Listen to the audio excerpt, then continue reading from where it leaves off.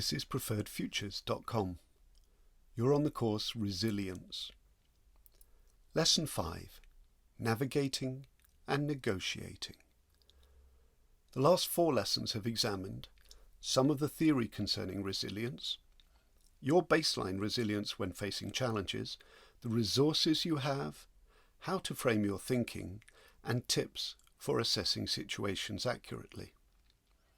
Hopefully the videos and activities have been helpful in giving you the tools to better face life's challenges. This lesson is concerned with picking up those tools and approaching the future optimally in ways that maximize resilience. Dr. Michael Unger believes that the processes of navigation and negotiation are at the heart of resilience. This makes a lot of sense, as the way that people approach a situation and then engage with it makes a huge difference to the way that the situation cascades over them. A small example would be parking at the supermarket. If 2 customers approach a parking space and both refuse to yield, and then a verbal argument takes place in which both refuse to yield, then both parties will end up tired and frustrated. However, if one party approaches the situation and is willing to yield and drive on and find another parking space, then the outcome will be very different.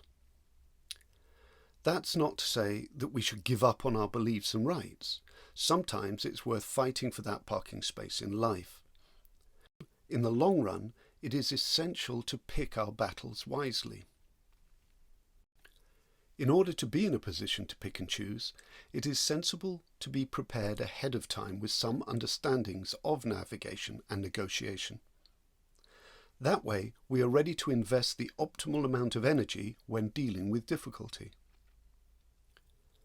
Arguably, the processes of navigation and negotiation come down to 3 essential questions. Who are you? What do you want? And how will you get there? The first 2 questions, who are you and what do you want, address the navigation part of the equation as they set a starting point and an end goal. The how will you get there concerns the negotiation, the twists and turns, the fights and flights you are willing to engage in on the way. The who are you question can take a lifetime to answer and will most likely change during that person's lifetime. However, a good first step is understanding core values. So activity 2 of this lesson asks you to identify which core values resonate with you. What do you want comes out of those core values. For example, if you value bravery, service and adventure, you may be inclined towards working in emergency services rather than in a library. These values might also be reflected in your sports, hobbies, political beliefs, and the kind of friendships you want. Even your film choices are likely to be affected. Core values also affect your resilience. If you are not getting what you want in terms of lifestyle choices, as opposed to wealth and career success, then it is likely that you are less resilient. After all, it is easier to struggle for what you want than to have to struggle for things you don't want. This might explain why people can cope with stress in relationships, but not at work, or vice versa.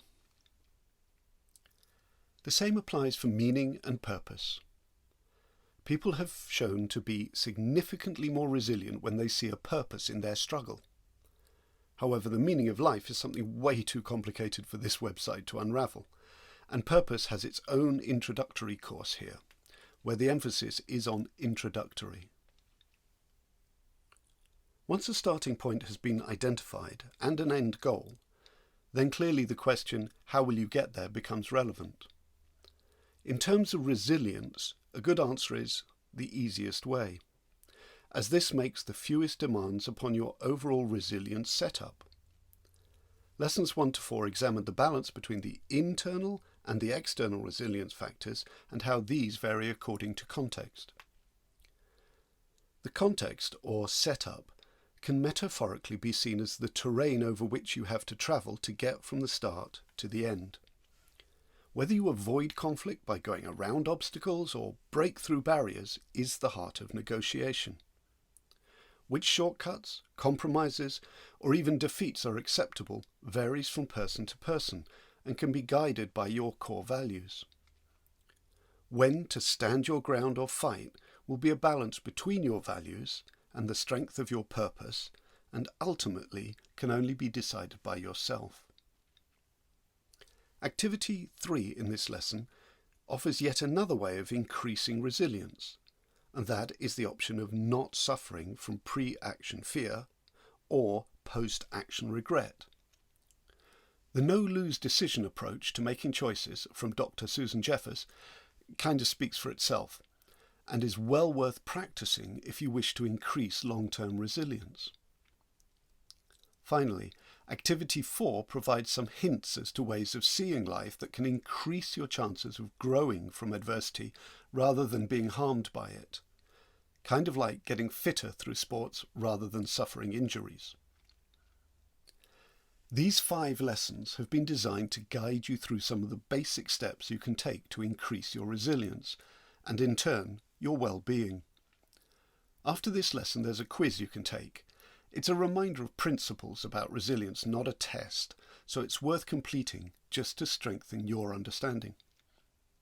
And remember, you can return to this course as often as you like. You can hack your brain to form good habits, like going to the gym and eating healthily, simply by repeating actions until they stick. Have a great day.